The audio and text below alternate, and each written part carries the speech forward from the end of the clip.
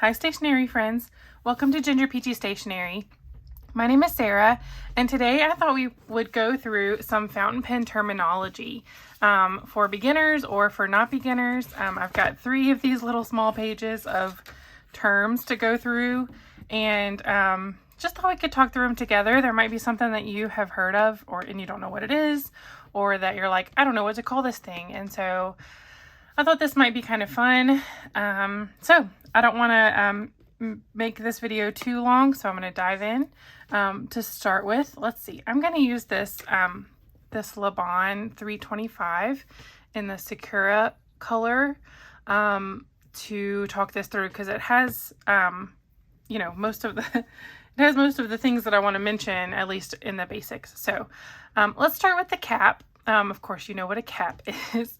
The very tip top of the cap. This part of the pen is called the finial. A lot of times it'll have a little decoration, you know, Sailor always has their logo there. It's this whole little round area at the top. This is called the finial. Then moving down, you might have some trim rings. And then your clip, of course, that you can use to clip your pen onto something. Down here near the base of the cap, you have something called a center band or a cap band. That's just decoration. It a lot of times has the name of the brand and maybe the name of the type of pen it is. So that's your cap. There are multiple different types of caps. This is a screw-on cap, which does exactly what it sounds like. It screws on. The little lines that you use to screw the cap on are called threads. And of course it has outer threads, and then inside the cap there are inner threads that are used to hold it on and to keep it sealed up tightly. Other types of closures are snap caps or push caps, I would call it. This one, like a Franklin Christoph Model 20, this one just pushes on. There's no click, but it just pushes on kind of securely. Some have magnetic caps. I don't have any anymore with magnetic caps, but Visconti pens, many Visconti pens have magnetic caps. And then there's capless pens. So like the Pilot Vanishing Point is the most popular capless pen. And in fact, around the world in different places, the Vanishing Point is called the Pilot capless because it doesn't have a cap. So anyway, another part of the cap is something called an inner cap. Not every pen has this, but many pens do. This is a platinum cool, and you can see in here this little insert is called an inner cap. Platinum calls theirs a slip and seal mechanism, that when you put the pen in there, it seals. This is what it does. It seals your pen off, your nib, to keep it moist so that it doesn't dry out. Esterbrook has a special system that they use. They call it the cushion cap. You can see it kind of bounces. There's a spring in there, and we can't see this because it's too dark, but there is a little insert in there. So you actually have to push the cap before you can twist it closed, and that'll seal it up. TWSBI pens, you can see this in a TWSBI 580. You can see this dark part right here. That's actually a plastic insert that can be pulled out. I've actually taken it out of TWSBI 580s before. It looks like this, but that is just used to seal up your pen. Platinums, like I said, is called slip and seal, and this one you can see in here, you can see that little plastic insert there, and watch when I push this. You can look at the spring. When I close it, twist it, that spring compresses, which tells you that your nib is sealed off. I'm sorry, I hit my tripod. Your nib is sealed off right here, and your ink should stay wet, and your nib should not dry out. And Platinum makes some guarantees about your nib not drying out in a year or 2 years or something. But anyway, that is the cap. And what happens when you can take the cap off and put it on the back of your pen, that's called posting. So I hear people struggle with that. Sometimes they'll say, oh, when I put the cap on or when I cap the pen. No, this is called posting your cap on the back. And pens like a Kaweco Sport have to be, I mean, don't have to be, but are meant to be posted because it's really too short to use for most people without it. And then other pens, like there are plenty of pens I have that do not post.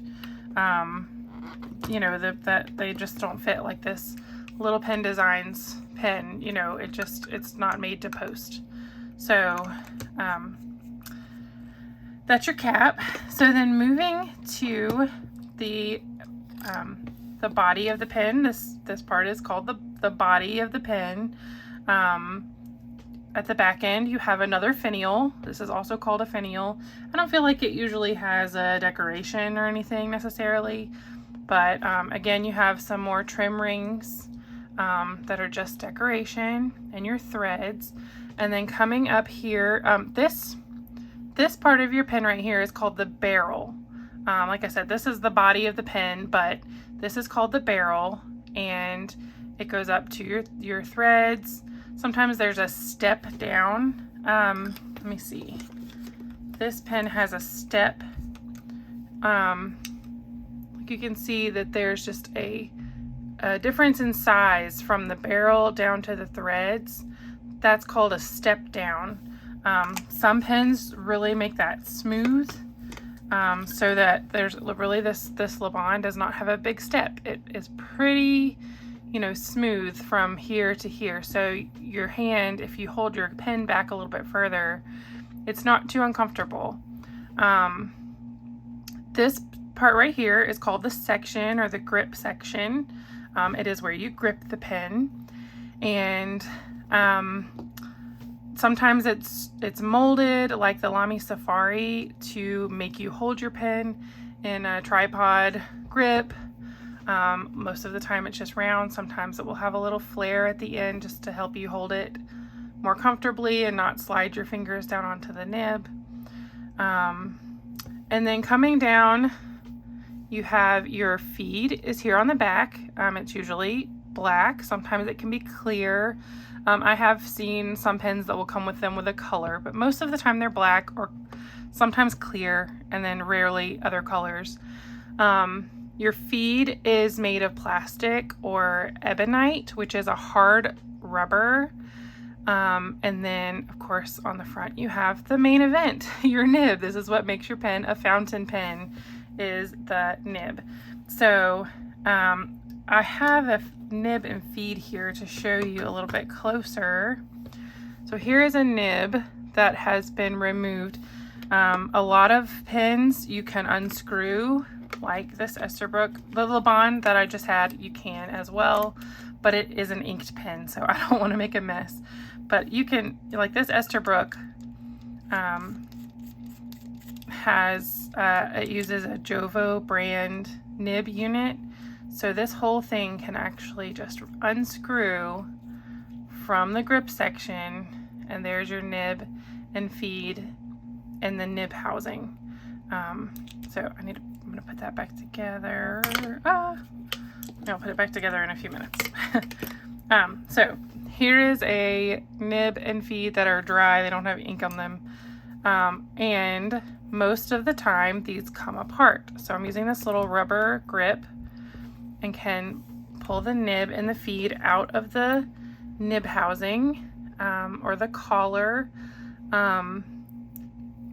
And the nib comes off. You see it's just a piece of metal shaped into a nib, and then here's your feed. So your feed, this is the thing in a fountain pen that delivers ink to the tip of the pen. It has a little tiny slit here on the top called the ink channel, where the ink travels down to the nib. All of these little things here are called fins. I know it's hard to see. Let's see. They're called fins, and they hold on to ink and help, you know, distribute the ink evenly to your nib without it just gushing out. Yeah, and the little sides of your feed right here are called the wings. So let me see, let me put this back together. Sometimes there is a little, this one does, there's a little flat side inside of here, and so I'm so sorry. And so your feed and your nib do have to go in a particular way, but then they just slide back in, push all the way in, and your nib is back together, just like that. So when it comes to a nib, I'm going to use something here to point with. Let's see how close I can get it to the camera. Let's see, an anatomy of a fountain pen nib. Your nib has, let's see, on the back side right here, can you see this little hole? This is called the filler hole. When you put your nib down into a bottle of ink and you use a piston or something to draw ink up, it goes in through that hole right there into your converter. On the top side, you have a little hole here. It's called a breather hole. Not every nib has this. It's kind of just decorative because a lot of, especially more inexpensive pens, just have a plain slit here and not that little hole. But it does look nice, and it does keep your tines from splitting any further and different things. So most of the time you'll see a little breather hole. And then of course you have your slit in the nib that you know, is this little cut right here. It separates the two tines, just like a fork has tines, so does a nib. That's the two sides of the nib there. If you have something like a music nib, it might have 3 tines. I don't think it's pretty rare to see any more than 3 tines, and even a music nib with 3 tines is not the most common. And then when you get to the end, you have your tipping. So if you can see that this has a little ball at the end, that is some tipping material. So if you have a nib that's made of stainless steel or of gold, a lot of times there's some iridium, or I don't really know, different materials right at the tip there that can be shaped, ground down into different shapes, and it gives your pen this smooth writing experience. So that's called your tipping material, and that is what a nib grinder will grind down into a different shape to make your pen write differently. Of course, a fountain pen, the two sides here, right here, they're called the shoulders of the nib. Some of them kind of flare out more than others, and you know, sometimes nib grinders will cut into those to make a nib flex a little bit more. But yeah, that's kind of your anatomy of your fountain pen. Of course, too, you'll know that nibs come in, there's 2 different ways that you have, that you can size a nib. So there is literally different sizes of nibs. The Kaweco nibs, I believe they are number 5 nibs. And then this is a Jovo number 6 size nib. There is a Jovo number 5 size nib as well, that's small. And then, let's see, this Jinhao has what they're calling a number 8 size nib. So you can see that it is physically larger than that number 6. Pilot has kind of a different standardized system for numbering their nibs. This one is called a number 15 Pilot nib, but it's about the same size as a Jovo number 6 nib. So, you know, if you have a question about that, that's something you can ask people, but, yeah, or you can Google it, you know, but number 15 Pilot nib is about the same size as a number 6 Jovo or Bach nib. And then there is also the sizing of the tip of your nib. So if you have had a fountain pen, I'm sure that you've had to choose between extra fine, fine, medium, broad. nibs, and that is literally the size of the tipping. The size of the tip of your pen determines how wide of a line your pen writes. So it's like using a 0.5 gel pen versus using a 1.0 gel pen. You know that it writes darker, wider lines the broader it is. So the most common are extra fine, fine, medium, broad, and then there's stub, which is like a flat, let me see, this is my stub nib here. I think I only have 1 or 2 stub nibs because they are not my favorite. But can you see that it has a flat end? That is a stub, so it writes wide down strokes and thin cross strokes when you're writing with it. And then there are lots of other types of specialty nibs, less common nibs. Let's see, did I miss anything there? I don't think so. Like needlepoint, music, zoom, italic or cursive italic, architect. Your wet noodle are like super flex vintage pens they call them wet noodles.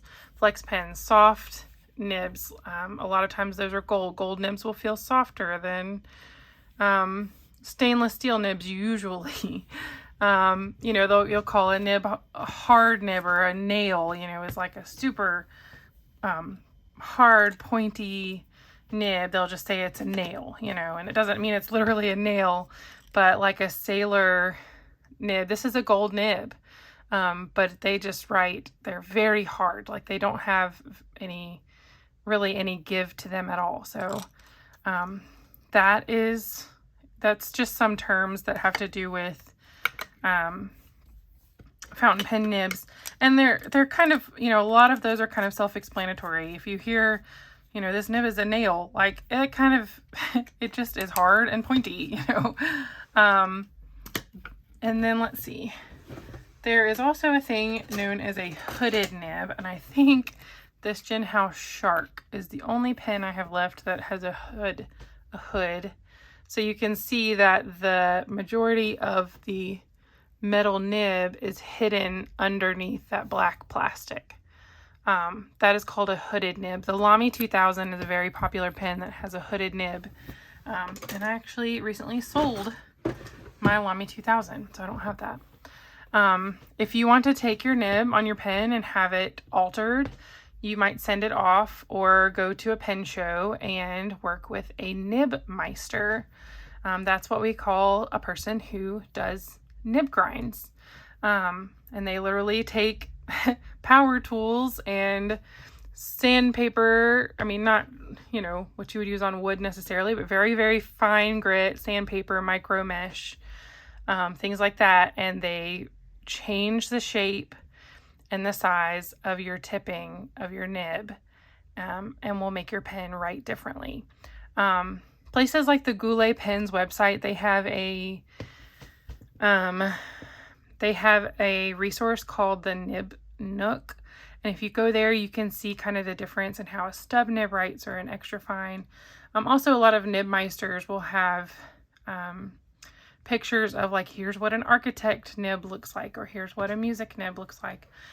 So, do some Googling on that if you're curious. I tend to go for medium, broad, or fine nibs, just regular, smooth nibs, and I have not ventured outside of that a whole lot. I really don't prefer stub nibs, and have not really had an opportunity to get an architect that I've wanted yet, so or anything like that. I'm gonna get a drink of water really quick. Okay, so now I've told you about everything you can see from the outside of the pen. Then you come to the inside of your pen. Okay, how do I get ink into this thing? So most pens unscrew right here. The grip section unscrews. That is most pens. All of them that I have here open that way. Yeah. There's some that you have to be a little more careful with. The Lamy 2000 being one. Do not take it apart like this. And actually, most of your piston fill pens do not come apart like this. But if your pen is a cartridge converter, okay, filling mechanism, then it will come apart most likely right here. Okay, so that's me backtracking a little bit. I need to explain myself a little better. I should not have chosen this one because this one has ink in it. Let me put this back. How many times is Sarah going to uncap and recap that pen? Let's look at this Platinum 3776. So this one is a cartridge converter. So it unscrews here. This thing here is called a converter. I would assume it's because it converts your pen from cartridge filling to being able to fill it from a bottle of ink. So this pen is actually dirty too, but it doesn't look like I'll make a mess. So you know what your ink cartridges are. You know, they usually most pens will come with one. This is a short standard international cartridge, and this is a platinum cartridge. Some companies have what we call proprietary systems. Platinum is one of them. This standard international cartridge will not fit this platinum pen. Only a platinum cartridge will fit this platinum pen. But many, I mean, I'm going to say 1, 2, probably 10 or 12 of these pens would take a standard international cartridge or converter. And it has to do with the shape here at the tip, the shape that goes into there. So this platinum pen uses a proprietary converter. So this converter will only work in a platinum pen. It will work in most platinum pens, if not all of them, but I cannot take this converter and put it in any of these other pens except this other platinum. So anyway, so the converter works with a piston mechanism. So it has this thing. Oh, there's ink in there. It has a piston knob up here at the top. You put your pen down in your ink vial or in your bottle of ink, and I'm dripping ink on my hand, so I need to choose another pen, or just put this here. And when you put this down in your ink bottle, put your piston knob down, twist it up, and you will suck ink up into your converter. Converters typically do not hold quite as much ink as a cartridge, but most of your ink colors do not come in cartridges. So that is the big benefit of using a converter, is you can put any ink in there that you want to. And you can see that inside of here, there will be some kind of something for your cartridge or converter to latch onto. So I'm kind of getting ahead of myself here. Don't want to miss something, but I'm sorry if you hear my neighbor's air keep coming on and going off. What was I going to say? Oh, you can use a blunt syringe and refill a cartridge and get a little more ink capacity sometimes. Most people don't do that because it is more work, and you have to, I say plenty of people do that. So that was wrong of me to say that most people don't. Plenty of people do, but it's something that I will do occasionally, refill a cartridge. But for me, usually it's easier just to use a converter. So one thing to know about converters, some of them screw into your pen. So for instance, this is a Leonardo Furore, and the Leonardo converters twist in. So if you kind of give it a little tug and you go, oh, this is not coming out, twist it and see if it twists out. And that's just to keep it secure in there, because some pens are kind of, you will have the issue of you drop your pen and that converter pops out, and so now you're getting ink inside your barrel and you don't even know, really that that's happening necessarily. So just check that. Make sure you know how your converter works. This pen has what's called a blind cap up here, where you can take this little cap off and you can actually twist your converter knob here, but just like it says, you're blind, so I don't know what I'm doing. So I would never fill my pen like this. I guess that, I don't know, I guess the main purpose might be if you're wanting to what we call flood your feed, which is pushing some more ink down to your feed, but that is called a blind cap.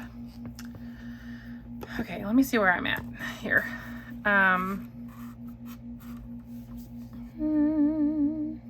Yes, not every pen can be safely taken apart, like the Lamy 2000. There's a little ring with the Lamy 2000 that if you lose it, it is tiny, and it is very hard to find a replacement one. Like, I have known people who just buy a whole new Lamy 2000 when they lose that little piece. So, you know, maybe watch some videos on your pen so you kind of know what you're doing. Some other filling mechanisms. So a cartridge, I mean a converter like that has a piston inside of it that moves up and down, but your whole converter is removable. Some pens are called piston fillers. For instance, the TWSBI Eco. If you're new to the fountain pen world, you've very likely seen one of these because it's I think it's a great beginner pen, even though some people would say that because it's a piston filler, it's not. I would not, as a beginner, be afraid to grab a bottle of ink and use it. But you put this down in your ink bottle and just draw that ink up in there, and if it doesn't get full, it won't fill up to the top the first time. It probably will only fill to about here. You can push it back down again and pull it up again, and you can get this mostly full doing that. Sometimes, you know, people will turn it upside down and like push out all the air that's at the top, and you'll see little bubbles come out right here. Put it back in your ink bottle and draw it up again, and you can fill this thing completely full of ink. And this holds a lot of ink. This will last you quite a few days with normal use. So a lot of pens are like this. Pelican pens, the M205 series and up, all of them I think are piston fillers. There's also this is a TWSBI Go. This has a fun filling mechanism. It has this spring, and you just push this down. This is a different kind of piston. It's not a twist, it's just a push, but it just sucks the ink right up. So that's kind of a fun one. And if you've bought a Pilot Metropolitan, which is a common beginner pen, it might have come with a squeeze converter. This literally has a little rubber sack or bladder, and this is connected to your nib. This is not a Pilot nib, so it doesn't fit. But this is connected to your nib, and you put it down in your ink, and you squeeze this, and it will suck up some ink. These are not wonderful. It's hard to get a good fill, but it will hold some ink. You know, they do work. But I would say get your hands on a converter as soon as you can.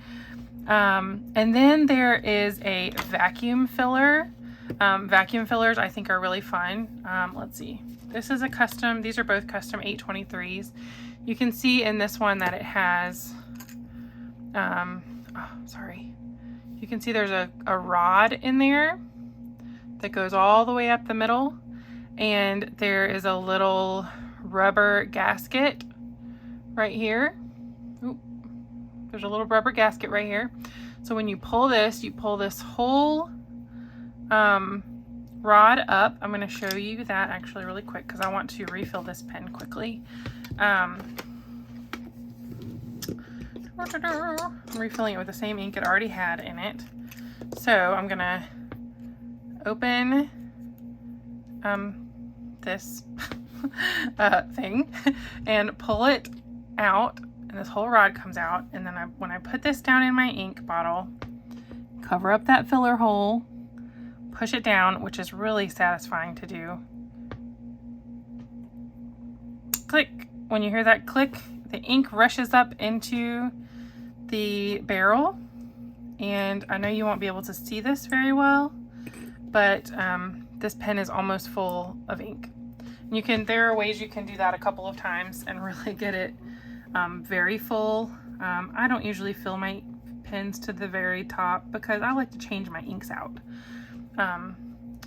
fairly regularly. So I'm not worried about a very full fill. But if you are going to be writing a whole lot and traveling or something, there are ways to fill up your pen very full. What's great about like something like the 823, a vacuum filler, is that when you close this knob, when you open this, it allows ink to flow from the barrel down into your feed. But when you close this, there will be ink in your feed in the grip section. So there's enough to write, you know, a page or two there, but that rubber gasket closes off all of this ink from the nib. So if you're going to be traveling or something and you're worried about leaking, a vacuum filler is a great way to go, because, you know, the pressure will not push the ink out of the nib because it's sealed off with that rubber gasket. So there's a real benefit to something like a vacuum filler in some of those kind of situations. So that's just some of the types of ink filling systems. And I have ink on my hand now. This is one more. This is a converter, but it's a button converter. So this pushes down and sucks up the ink the same way as like the TWSBI Go. It just looks different. And then there are some pens, especially older pens, that have those bladders on the inside, and they may have a button on the outside or a lever on the outside of the pen that actually squeezes the bladder and sucks the ink up through the nib. I don't have any vintage pens that do that, but that is one thing. And then there are eyedropper pens. So Opus 88 pens, as far as I know, I think all of them, or at least most of them, are eyedropper fillers, which means that there's no converter in here. There is no cartridge. This pen literally comes apart and you use a little eyedropper. That's why it's called what it is. Like this. I mean, you don't have to use, it doesn't have to look exactly like that. And you drip your ink into the barrel directly. These Opus 88s do have a gasket similar to the vacuum fillers that you can use to close off the ink from the feed. It works in a very similar way to those vacuum fillers, but this pen does not fill that way. You have to use the eyedropper to fill it. Similarly, you can take a lot of pens and turn them into eyedroppers. So this Franklin Christoph 66 is a very long pen. It has a very large reservoir in here, and it does have a converter, but I can take that converter out, and you can see there's a lot of space in there, and I could take an eyedropper and fill this whole thing up with ink. I have done that before with this pen, and it holds a lot of ink. And then you use silicone grease. So silicone grease comes with your TWSBI pens. It looks like this in a little bottle. I bought this one from a scuba store because they use it in like scuba diving.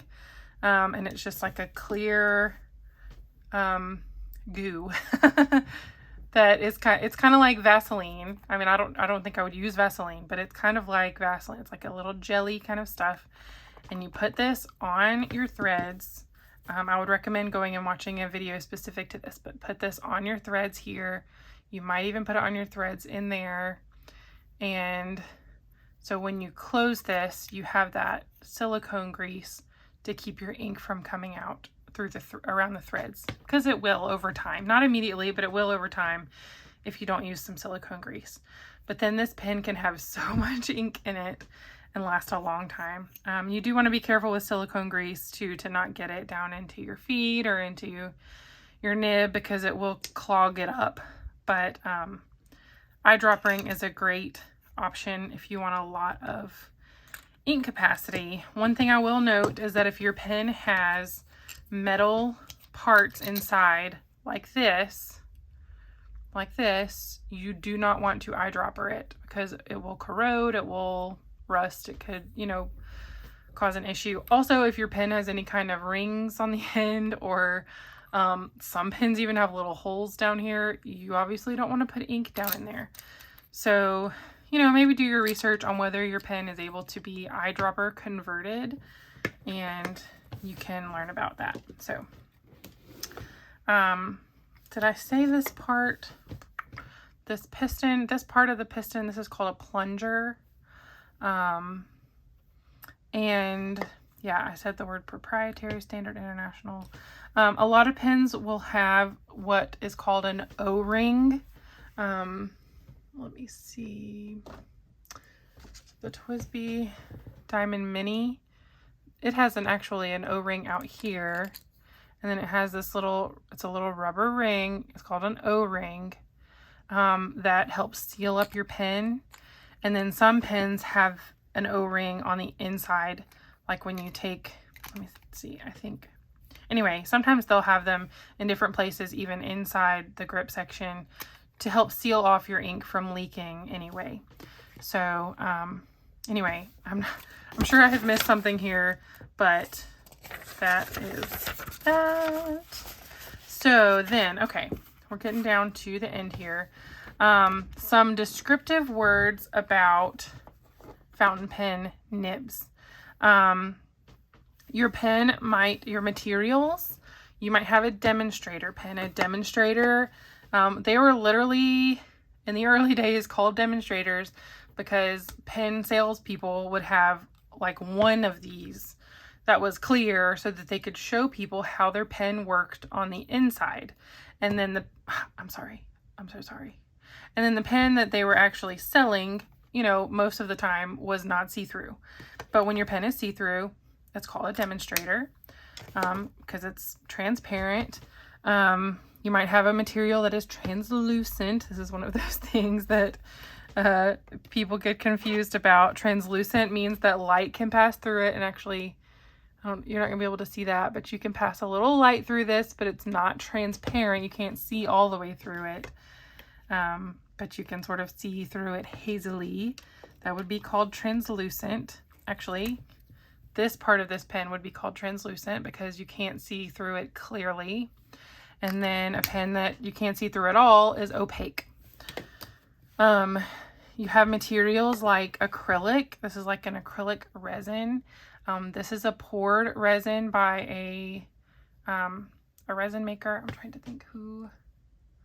I think this is a Bob Dupress abalone material. And so, like, you know, these guys will start, or women, will just pour resin. I'm sure you've seen it on TikTok where people are making things with resin. They pour these pen blanks, and it's just like a rod of plastic, basically, acrylic resin, that is then able to be turned on a lathe into a pen. So, and polished and shined and shaped into a pen. So resin, this pen is called celluloid. This material, it is basically a thin plastic. It was actually the earliest kind of plastic, I believe.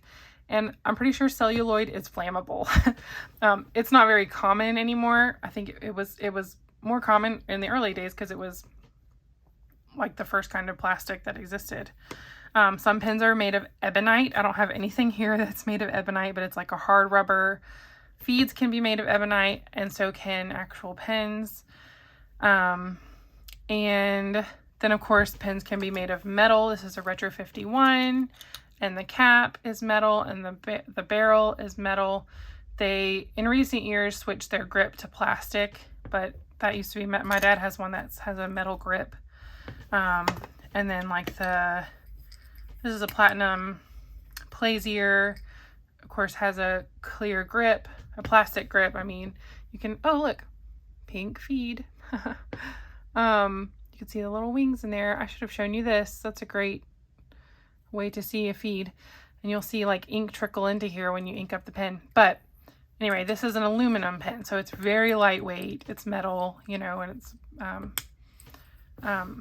yeah, so metal. And then your fancy, I'm just going to say fancy pens.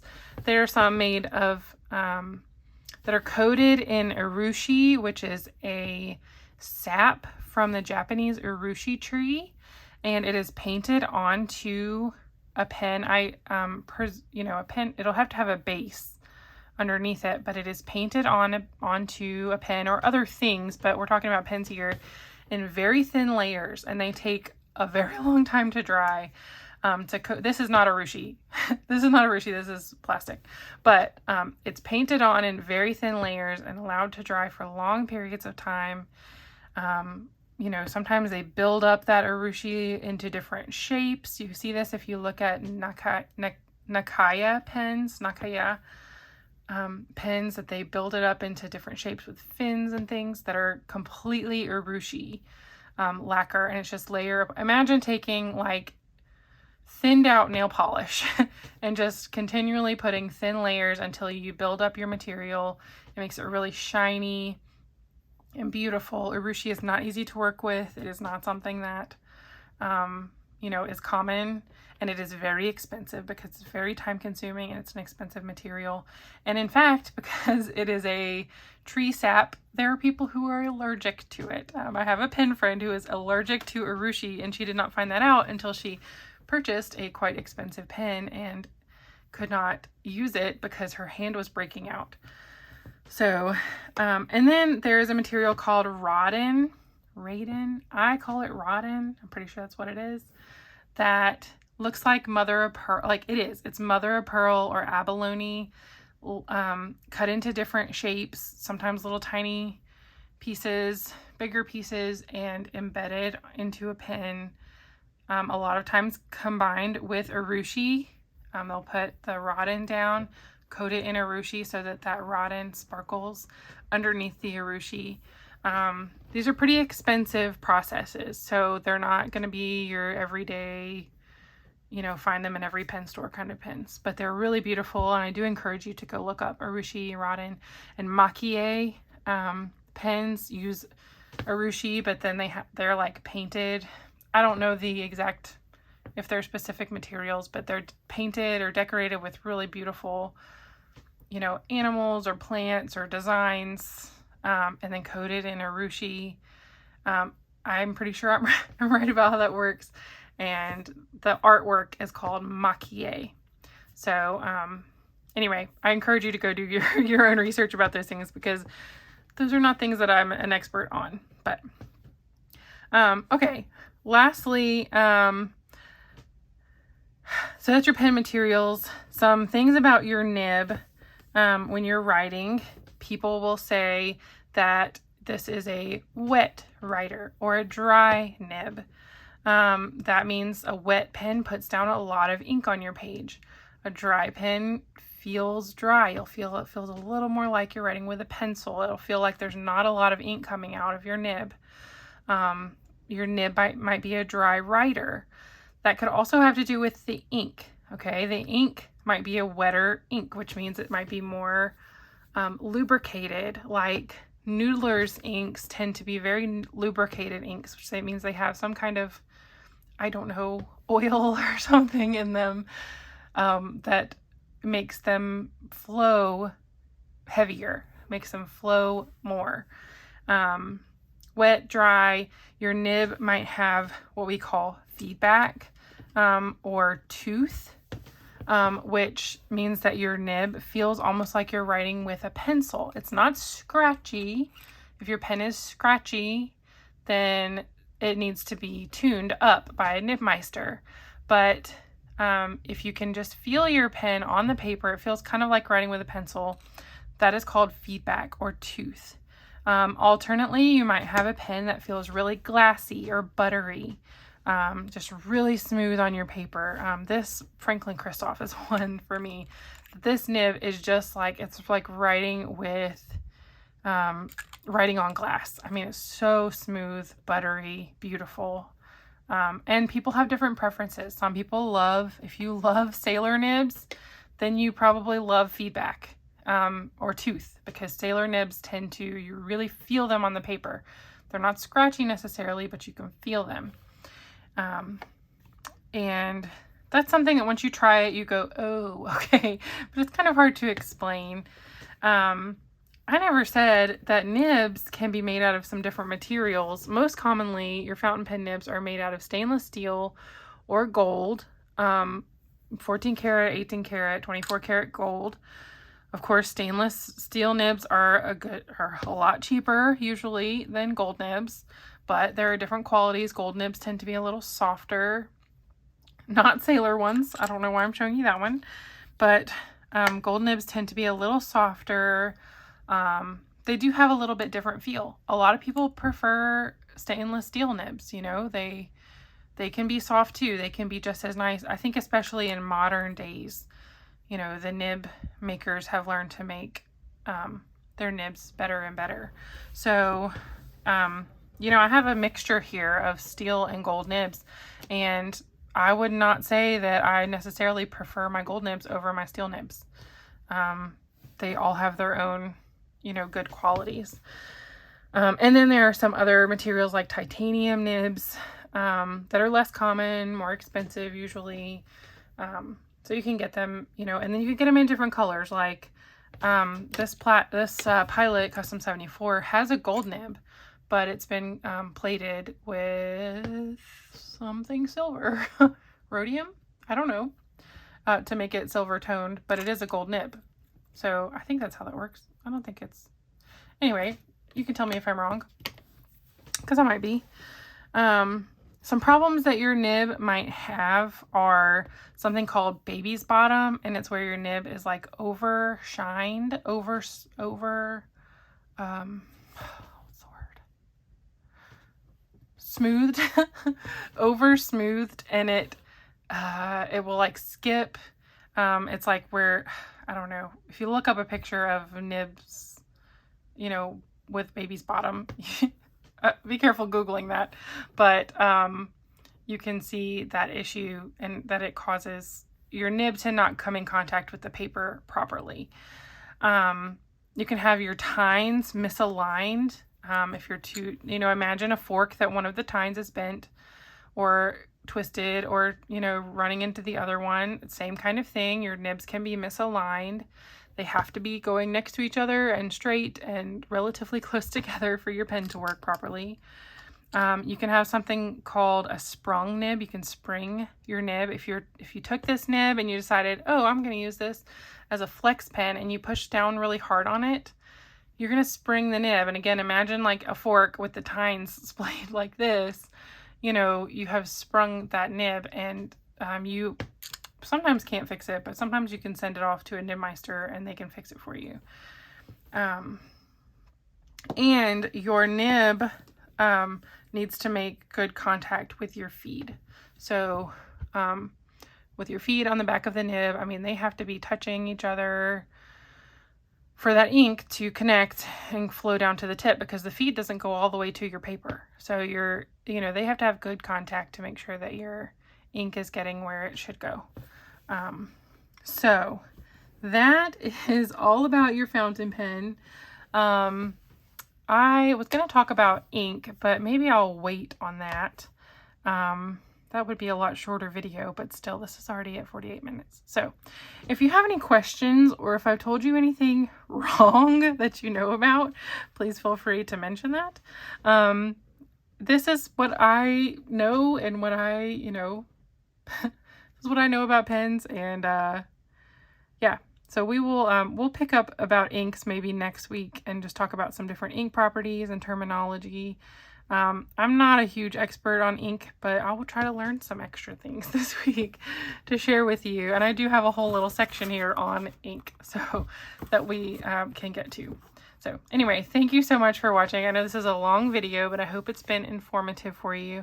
I'm going to put a big list of these terms down in the description so that you can see them. If you heard me say something and you're like, what is that word? You can go find it there. So anyway, if you enjoyed this video, I hope you'll subscribe to my channel. I hope that you will come back and jump in the comments and tell me what you think. What's your favorite type of filling mechanism? You know, what's your favorite kind of material? Yeah, if you have any questions, these are other, I didn't say this. This is like a poured acrylic. These are more like, have you seen the Warby Parker commercials where they have those little chunks of material and they melt them together basically using high pressure heat and create this kind of material? Anyway, Thank you again so much for watching, and I will see you next time. Bye.